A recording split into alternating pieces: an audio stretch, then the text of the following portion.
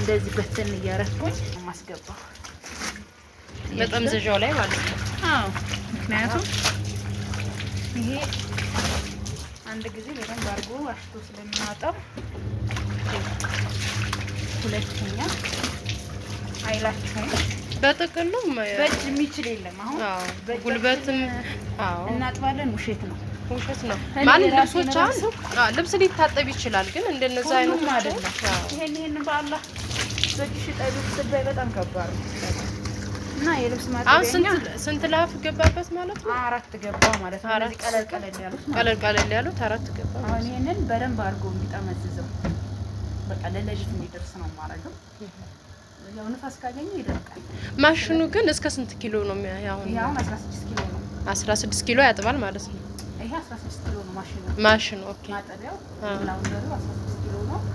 24 ኪሎ አለ።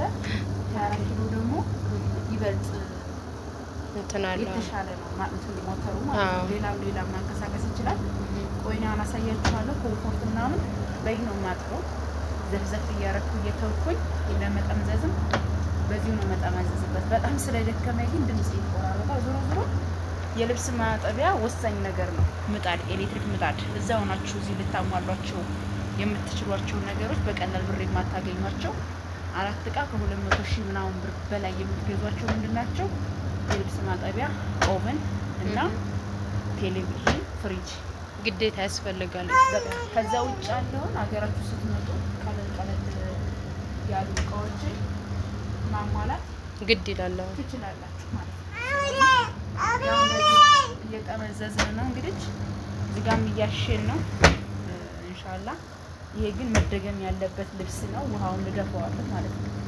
ውሃውን ደፍቼ እንደዚህ ደግሜ አጠራረገውና መልሼ ጨምሬ እንድታሽ አደርጋለሁ። ለምን ነጣ ያለ ልብስ ነው ዳንሶላ ምናምን ስለሆነ ሁለተኛ ዙር ይጠይቃል ማለት ነው።